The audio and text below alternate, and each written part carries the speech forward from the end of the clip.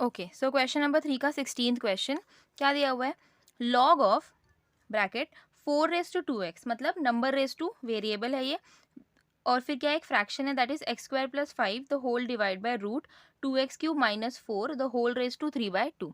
Right, सबसे पहले क्या करना पड़ेगा, ये लॉग को अंदर डिस्ट्रीब्यूट करना पड़ेगा। राइट, आपको पता है, मैंने आपको एक फॉर्मूला पढ़ाया था कि log of a into B, अगर दो टर्म्स मल्टीप्लाई में है तो लॉग डिस्ट्रीब्यूट को कैसे होता है, log of A plus log of B. Right, तो यहाँ पे भी पहला टर्म कौन सा होगा, ये वो मल्टीप्लाइड में है ये पूरे टर्म के पास। करेक्ट, तो a के जगह पे कौन है, 4 रेज टू 2x इसकी जगह पे, और b की जगह पे कौन है, ये पूरा का पूरा fraction the whole raise to 3/2 चल रहा है। तो पहले लॉग जब हम लगाएंगे तो क्या आएगा, log of y is equals to, right, y is equals to log of, सबसे पहला लॉग जाएगा 4 रेज टू 2x के पास। करेक्ट, फिर ये a के पास चला गया, फिर कौन सा साइन आता है बीच में, प्लस का साइन, और एक बार लॉग किसके पास जाएगा, x² + 5 the whole divide by under root 2x³ - 4 the whole raise to 3/2। ये पहले क्या किया हम लोग ने, लॉग डिस्ट्रीब्यूट किया। अब इसके बाद क्या करेंगे, मैंने आपको बताया है, अगर जैसे लॉग ऑफ x⁻m है ना, ये फॉर्मूलाज मैंने आपको कुछ क्वेश्चंस में करवाया है, प्रीवियस क्वेश्चंस में। तो जो पावर है वो क्या आता है, मल्टीप्लाई में आ जाता है, मतलब कितना हो जाता है, ये m इंटू लॉग एक्स हो जाता है। तो उसी तरीके से लॉग ऑफ 4 है और रेज टू कितना चल रहा है, 2x, तो 2x मल्टीप्लाई में आएगा। तो मतलब y is equals to 2x into log 4, ये हो गया, प्लस यहाँ पे भी लॉग, ये पूरा का पूरा फंक्शन है, और रेज टू कितना है, 3/2, तो रेज टू वाला टर्म क्या आएगा मल्टीप्लाई में सामने, मतलब 3/2 इंटू लॉग ऑफ जो भी फंक्शन है, that is x² + 5 the whole divide by 2x³ - 4। Correct, यहाँ तक क्लियर है। अब क्या करोगे, देखो y इज इक्वल टू, यहाँ तो कुछ चेंज नहीं कर सकते, एक 2x है उसके साथ मल्टीप्लाई में लॉग ऑफ 4 है, यहाँ तक रहने दो, प्लस 3/2 भी चल रहा है, यहाँ पे भी रहने दो, मल्टीप्लाई, जरा ब्रैकेट मेंटेन करो। वाई, बिकॉज देखो लॉग ऑफ यहाँ पे क्या है, ये एक न्यूमरेटर है और ये एक डिनोमिनेटर है। अगर मैं इसको, आपको मैंने एक और फंक्शन बताया था, कौन सा, log of a divide by B, a divide by B में क्या होता है, माइनस होता है, जैसे मल्टीप्लाई में प्लस हुआ, वैसे डिवाइड में क्या होता है, माइनस। राइट, तो ये एक टर्म है न्यूमरेटर वाला और डिनोमिनेटर का एक टर्म है, और डिवीजन में चल रहा है, इसीलिए क्या आएगा, माइनस आएगा। तो लॉग ऑफ, एक बार क्या होगा, x² + 5 माइनस का साइन, फिर एक बार लॉग किसके पास जाएगा, denominator, that is 2x³ root of 2x³ - 4। Correct, I hope यहाँ तक क्लियर है। नेक्स्ट स्टेप क्या करोगे, y is equals to 2x into log of 4 plus 3/2, एक बार इसके पास भेजो, एक बार इसके पास भेजो, क्यों, क्योंकि ब्रैकेट मेंटेन किया है, दोनों टर्म्स के पास मल्टीप्लाई में जाएगा। तो एक बार 3/2 किसके पास चला गया, लॉग ऑफ x² + 5। अब किसी के दिमाग में ये नहीं आना चाहिए कि ये 2 का पावर मल्टीप्लाई में आएगा, नहीं, पूरे टर्म को रेज टू होना चाहिए। करेक्ट, यहाँ पे जैसे लॉग ऑफ 4 को the whole raise to 2x था, ये पूरे ब्रैकेट को रेज टू 3/2 था, तब हमने उसको सामने लिया था। ये तो टर्म्स है इंडिविजुअल, इसमें कुछ नहीं करना है।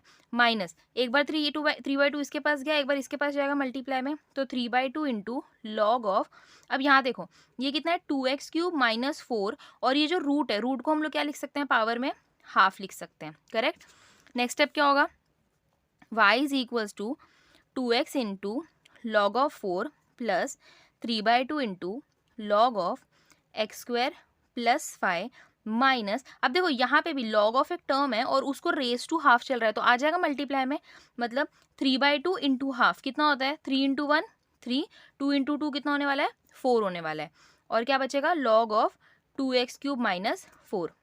आई होप यहाँ तक क्लियर है। अब क्या करेंगे, देखो नॉर्मल टर्म्स मिल गए, पहला टर्म, दूसरा टर्म, तीसरा टर्म, जिसमें रेज टू में कुछ नहीं चल रहा है, द होल रेज टू में कुछ नहीं चल रहा है, बीच में कौन सी साइन है, प्लस और माइनस की। तो अब क्या कर सकते हैं, हम इसको डिफ्रेंशिएट कर सकते हैं। तो differentiating with respect to x, तो लेफ्ट हैंड साइड में क्या आ जाएगा, dy/dx is equals to dy/dx of क्या, 2x। अब देखो बीच में कौन सी साइन है, प्लस और माइनस, तो मैंने आपको बताया प्लस माइनस में डेरिवेटिव क्या होता है, डिस्ट्रीब्यूट होता है, मतलब एक बार डेरिवेटिव इसके पास, एक बार डेरिवेटिव इसके पास, एक बार डेरिवेटिव इसके पास। तो अभी डिस्ट्रीब्यूट करके रखते हैं, तो एक बार डेरिवेटिव जाएगा 2x इंटू लॉग 4 के पास, प्लस dy/dx ऑफ किसके पास जाएगा, 3/2 इंटू लॉग ऑफ x² + 5 के पास, फिर बीच में कौन सी साइन है, माइनस की साइन है।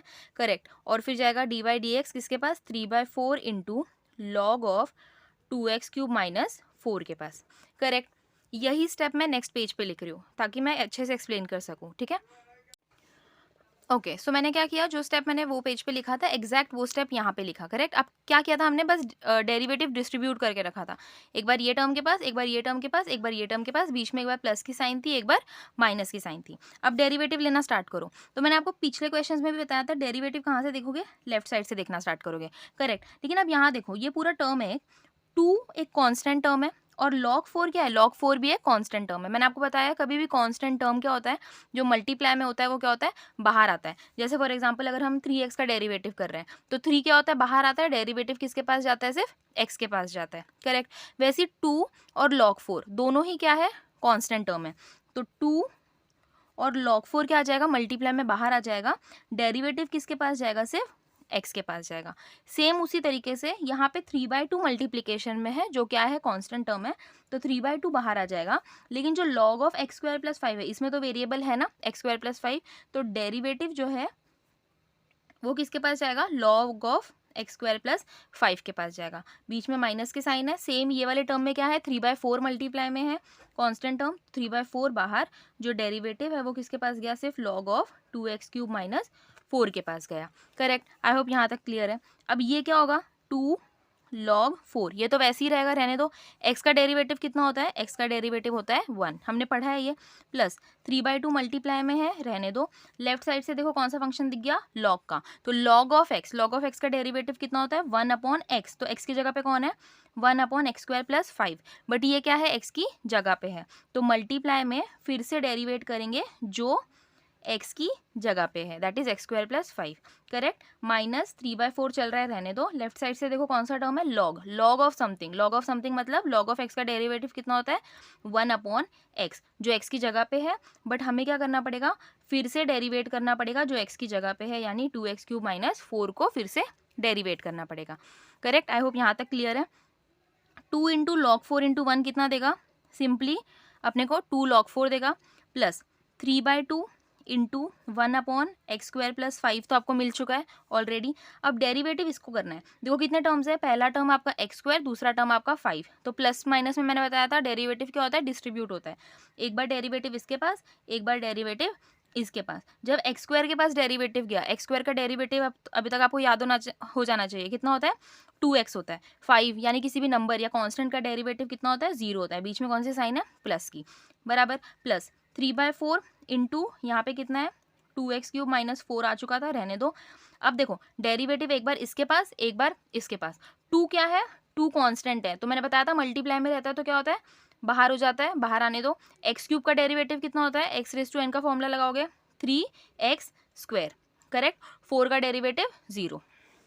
आई होप यहाँ तक क्लियर है। पिछले क्वेश्चंस देखो, उसके बाद ही ये क्वेश्चंस करो, ठीक है, बेसिक्स आपके क्लियर होने चाहिए। 2 times of log 4 plus 3/2 into 1/x² plus 5 into कितना है ये, 2x plus 0 2x, correct, minus 3/4 into 1/2x³ minus 4 into 2 into 3 6x²। आई होप यहाँ तक क्लियर है।